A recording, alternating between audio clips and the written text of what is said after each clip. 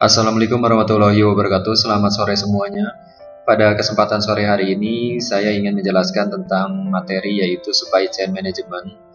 Jadi, arti kata supply chain management ini adalah alur proses pada proses awal mungkin dari bahan baku, kemudian diproduksi, sampai ke tujuan akhir yaitu diterima oleh konsumen. Ya.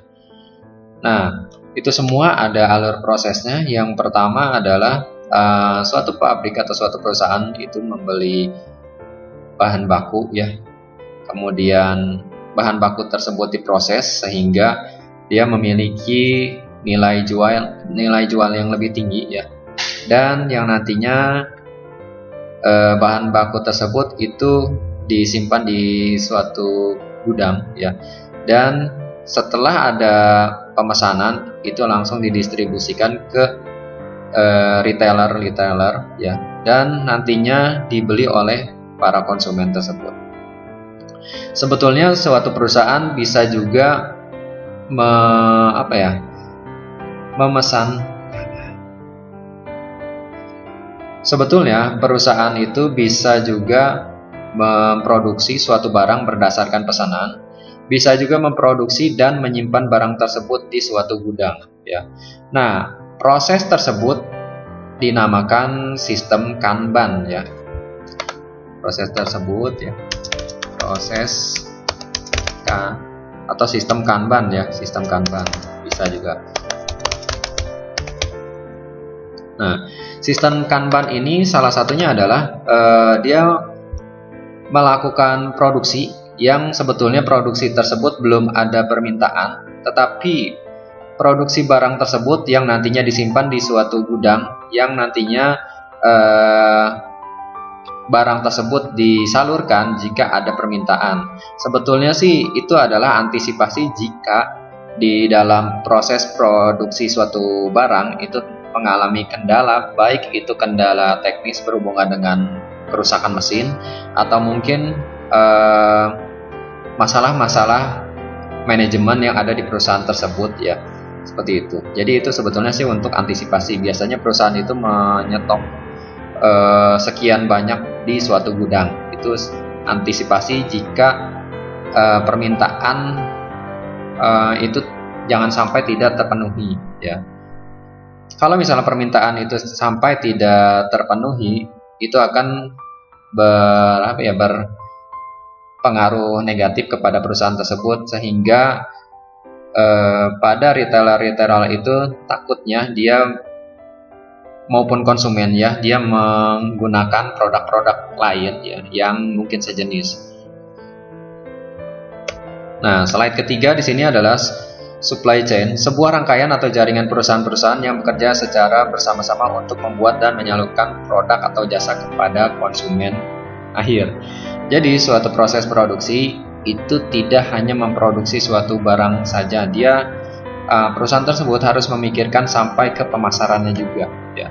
Jadi suatu lembaga ya atau suatu perusahaan ya, suatu PT, jika ingin membangun suatu perusahaan tersebut dalam memproduksi suatu barang, dia harus memikirkan dulu dari awal produksi sampai ke pemasaran ya. Apakah semuanya sudah dibuat dengan terorganisir atau belum? Jika semuanya belum dibuat atau mungkin baru sebagian, itu perusahaan belum bisa dijalankan ya. Jadi harus mempunyai yang namanya supplier dulu dari bahan baku, kemudian proses produksi itu semua alat-alat sudah lengkap, kemudian pasarnya pun itu sudah ada ya. Pasarnya pun ini maksudnya adalah perusahaan tersebut sudah memiliki kontrak ya, mungkin dengan retailer besar ya, yang nantinya produk-produk tersebut dipasarkan kepada retailer tersebut yang nantinya dibeli oleh konsumen. Seperti itu. Nah, kemudian supply chain adalah aliran material, informasi, uang, dan servis atau jasa dari bahan baku yang diperoleh melalui supplier sampai ke pabrikasi dan pergudangan dan akhirnya ke pelanggan akhir. Jadi itu sebuah proses dari mulai material ini berupa barang-barang ya, barang-barang produksi, kemudian berupa informasi ini menyangkut permintaan barang tersebut ya, permintaan dari retailer ya. Kemudian sampai ke transaksi keuangan, sistem pembayarannya seperti apa, apakah barang setelah dikirim pembayaran baru dilakukan, atau mungkin pembayaran dulu baru barang dikirim. Nah, itu harus diadakan kontrak dengan perusahaan yang membuat produk tersebut maupun kepada retailer yang besar tersebut, seperti itu. Nah, kemudian supply chain berasal dari konsep penggabungan link partner-partner organisasi perusahaan bersama-sama. Jadi sebetulnya perusahaan-perusahaan besar itu yang memproduksi suatu barang maupun jasa itu dia tidak sendirian ya, tidak sendirian dalam menghasilkan suatu produk. Jadi dia juga bekerja sama dengan supplier-supplier yang menyediakan bahan-bahan baku ya. Kalau dia itu perusahaan misalkan dia itu bergerak di bidang makanan ya, makanan misalnya mie ya, mie yang instan ya, Indomie atau mungkin Supermie atau yang lainnya, dia harus memiliki supplier bahan-bahan baku tersebut dengan perusahaan-perusahaan yang menyediakan tersebut. Otomatis perusahaan-perusahaan tersebut adalah perusahaan-perusahaan yang menyediakan bahan baku, yaitu terigu, kemudian bumbu-bumbu ya, rempah-rempah, maupun dari kemasannya juga ya, sampai ke kemasan untuk mie tersebut, yang nantinya jika semua bahan baku tersebut sudah didapatkan, kemudian diolah ya, diproses produksi yang nantinya memiliki nilai lebih tinggi ya, value yang lebih tinggi. Selanjutnya adalah dia bekerja sama juga dengan perusahaan-perusahaan yang memasarkan suatu produknya, yaitu retailer yang besar-besar ya, mungkin seperti salah satu contohnya Giant atau mungkin TikTok dan lain-lain sebagainya. Jadi itu harus dilakukan kerjasama juga, dilakukan kesepakatan juga. Jadi itu adalah kerjasama dari beberapa perusahaan. Jadi perusahaan tersebut tidak bisa sendirian memenuhi kebutuhannya tersebut.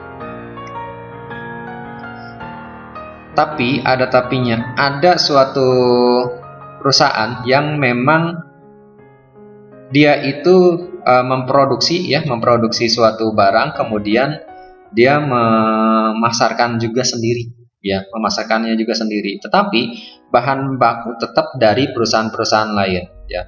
Salah satu contohnya seperti swalayan ya, seperti Indomaret ya, Alfamaret, itu kan semakin ke sini menambah produk-produk buatannya sendiri ya, dari mulai minuman, kemudian dari makanan-makanan ya, seperti keripik-keripik itu sudah bermerek Indomart ya, jadi dia memproduksi sendiri, tetapi bahan baku dari perusahaan lain juga ya, bisa jadi dari perusahaan lain.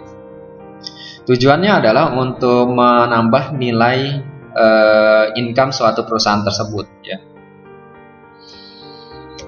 Nah, yang berikutnya adalah supply chain. Dalam sebuah supply chain terdapat 3 aliran, yaitu material, bahan-bahan baku tersebut ya, atau bahan-bahan yang nantinya akan dilakukan perubahan bentuk menjadi bentuk yang lain. Kemudian berupa informasi ini adalah data-data banyaknya barang-barang tersebut ya, banyaknya barang-barang yang diminta oleh pasar. Kemudian di sini adalah ada aliran dana ya. Nah, aliran dana ini adalah transaksi keuangan dalam proses produksi sampai ke pemasaran juga.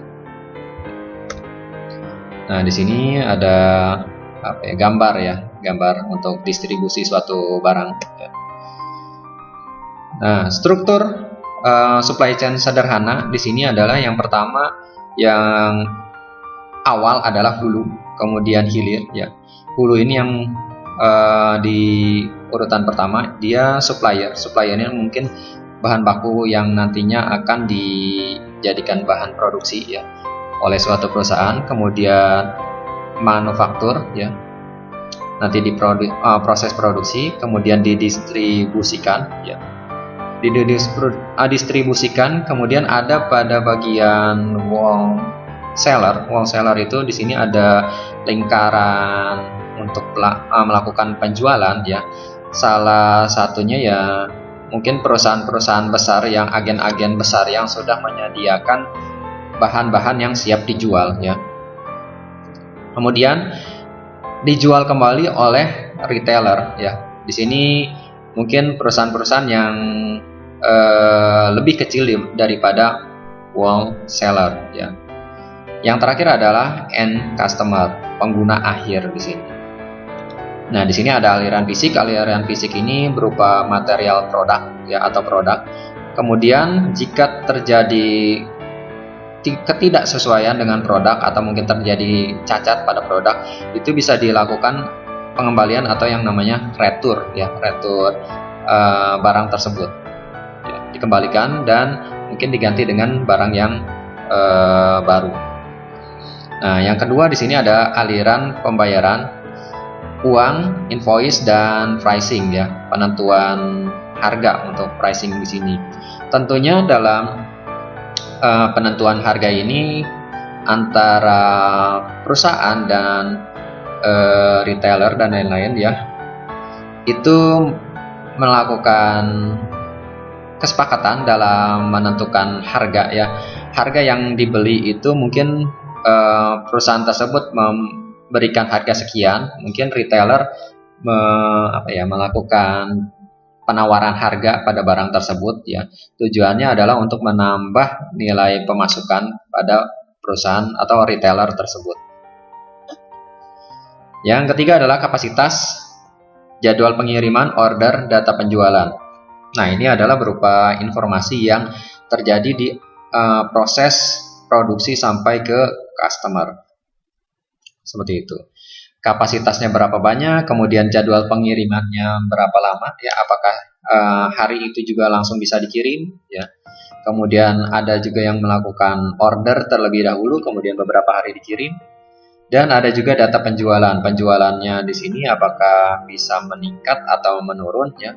Sebetulnya sih meningkat atau menurunnya itu tergantung dari permintaan pasar juga. Nah, permintaan pasar ini ditentukan juga oleh kemampuan daya beli customer ya, daya beli customer.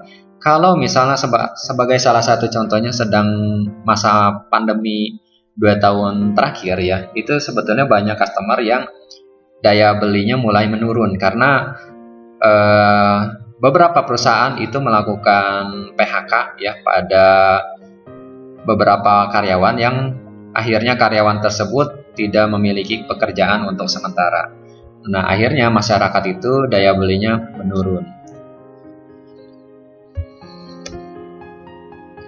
Nah, pada beberapa isu penting, yang pertama adalah aliran material atau produk adalah suatu yang kompleks ya. Jadi sesuatu yang kompleks itu di sini bisa bermacam-macam produk ya. Dan produk tersebut memiliki kualitasnya masing-masing. Apakah produk tersebut memiliki grade A, B, C, atau yang lainnya, seperti itu. Semakin tinggi grade suatu produk atau mungkin suatu bahan baku yang dibeli oleh suatu perusahaan, maka harganya pun akan semakin tinggi ya. Yang nantinya kalau misalkan produk tersebut diproduksi ya, diproduksi ini salah satu contohnya misal minyak goreng ini kalau misalkan beberapa kali penyaringan dia sampai agak begitu bening, nah itu pasti harganya pun tinggi ya dijual di pasaran. Tetapi kalau misalnya minyak goreng curah ya yang di plastik itu harganya di bawahnya harga minyak goreng yang ada di supermarket ya, karena dari kualitasnya pun berbeda. Munculnya SCM dilatar belakangi oleh perubahan dalam lingkungan bisnis ya. Perubahan lingkungan bisnis ini di apa ya? Mungkin salah satunya ada faktor kompetitor juga ya. Semakin banyak kompetitor suatu produk ya, otomatis yang mungkin tadinya dia memiliki nilai jual tinggi, karena ada kompetitor yang memiliki harga produk yang sama bagus tetapi di bawah harga perusahaan lain, otomatis dia akan menurunkan harganya ya, bersaing untuk dalam penjualan produk tersebut ya.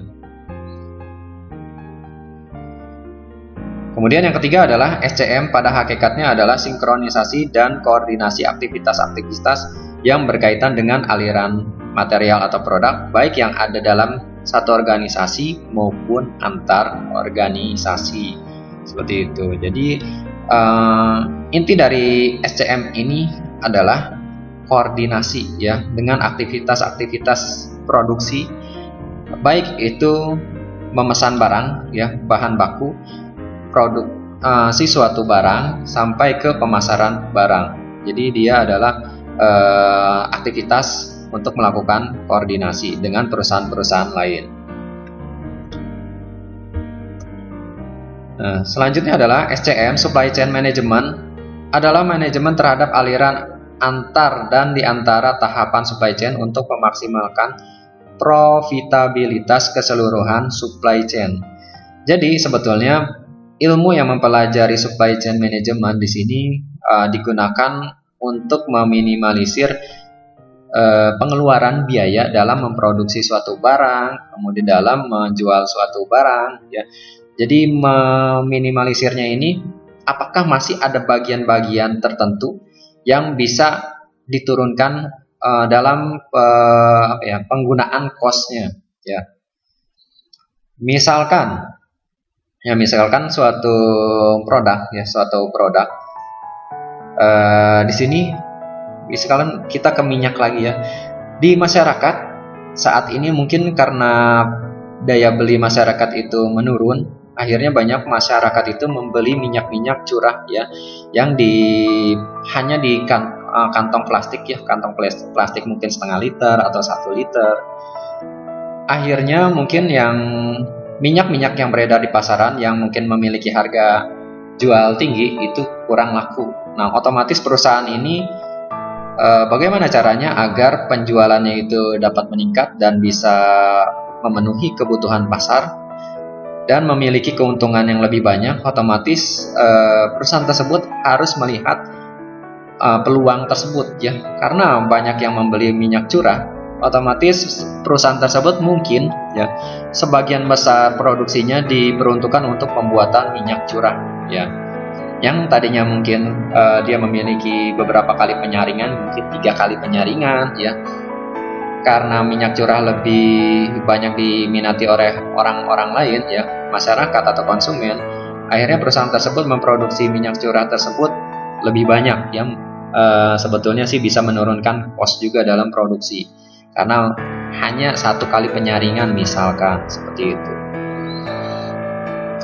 ya. Nah, di sini ada definisi lain dari SCM menurut beberapa ahli ya, bisa dibaca-baca sendiri ya. Dan aktivitas fisik pada SCM di sini yang pertama adalah pengadaan suatu bahan produksi ya, bahan-bahan yang masih mentah, entah itu kayu, kain atau bahan-bahan yang emang untuk dikonsumsi ya.